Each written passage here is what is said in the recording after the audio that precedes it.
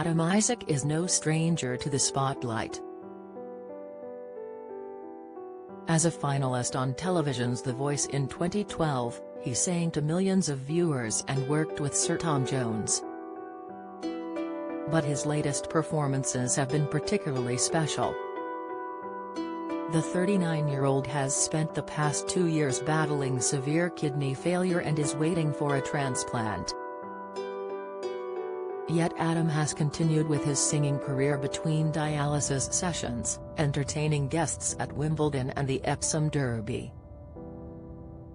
Last week he not only played at the opening ceremony of the European Transplant and Dialysis Games but he won a golf medal, too. Adam says, "I was so proud to be part of it.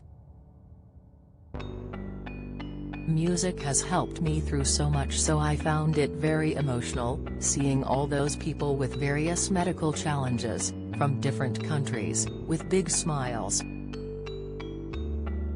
I was on the verge of tears and I was concerned I might break down while singing." He adds, "There have been times when I felt like all the energy had left my body, but I kept performing because it is what I love and I do not know what will happen next."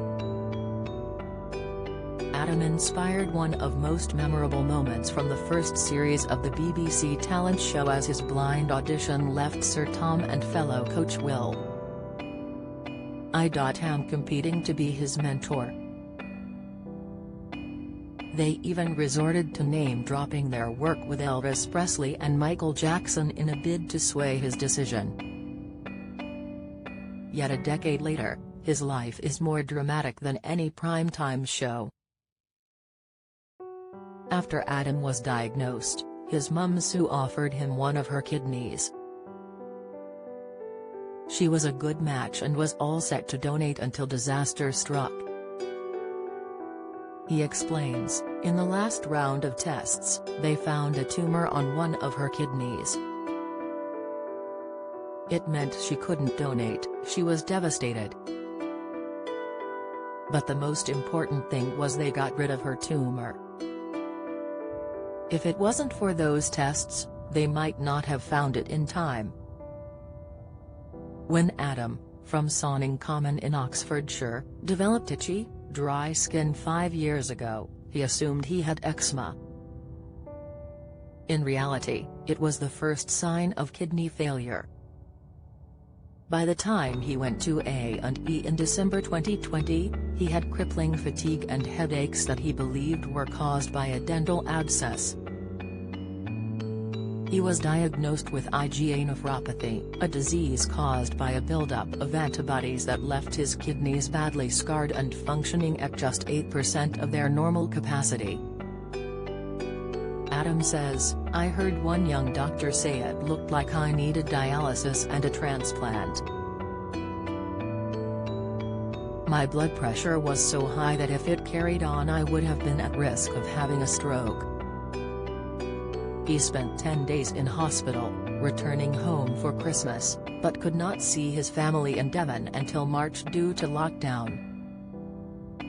By that time, he had started peritoneal dialysis. Do you enjoy reading about celebrities? Sign up for all the best celeb news from the Mirror here. Adam explains, "I would load my van, drive to the gig and do dialysis backstage. At the Epsom Derby, I did it in my van, played a few sets, then did it behind a bar." By the end of the summer, Adam was playing up to 4 gigs a week. He also spent 4 days recording new material. But weeks later, his partner Lucy was driving them home from a gig in Devon when he began suffering agonizing stomach pains. He says, "We pulled into services in Bristol. I lay on my side on the grass verge for 2 hours waiting for an ambulance. The pain was horrendous. I had the infection peritonitis. They tried to flush the line with antibiotics, but it didn't work. They had to rip it out and fit a hemodialysis line in my neck.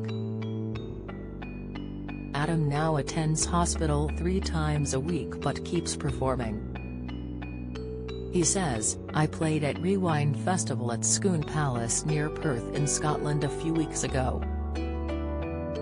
My band and partner drove up with the equipment, while I stayed behind to have dialysis.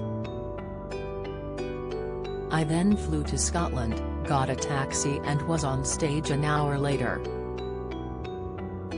One of Adam's consultants also recruited him to perform at the launch of the European Transplant and Dialysis Games at Blenheim Palace in Oxfordshire. The Games, the first time they have been staged UK-featured more than 400 contestants from 25 countries. Adam was also one of just 12 dialysis patients to compete as part of the British team. He won a silver medal in his class, playing golf alongside a double lung transplant recipient from Switzerland. He adds, "I used to play a lot and wanted to be a pro when I was young.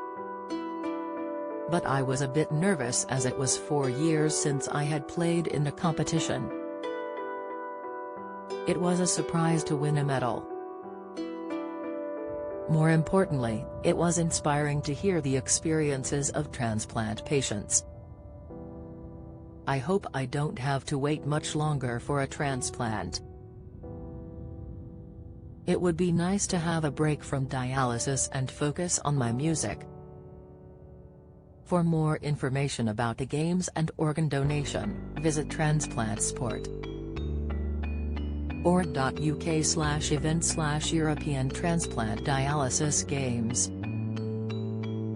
Do you have a story to sell?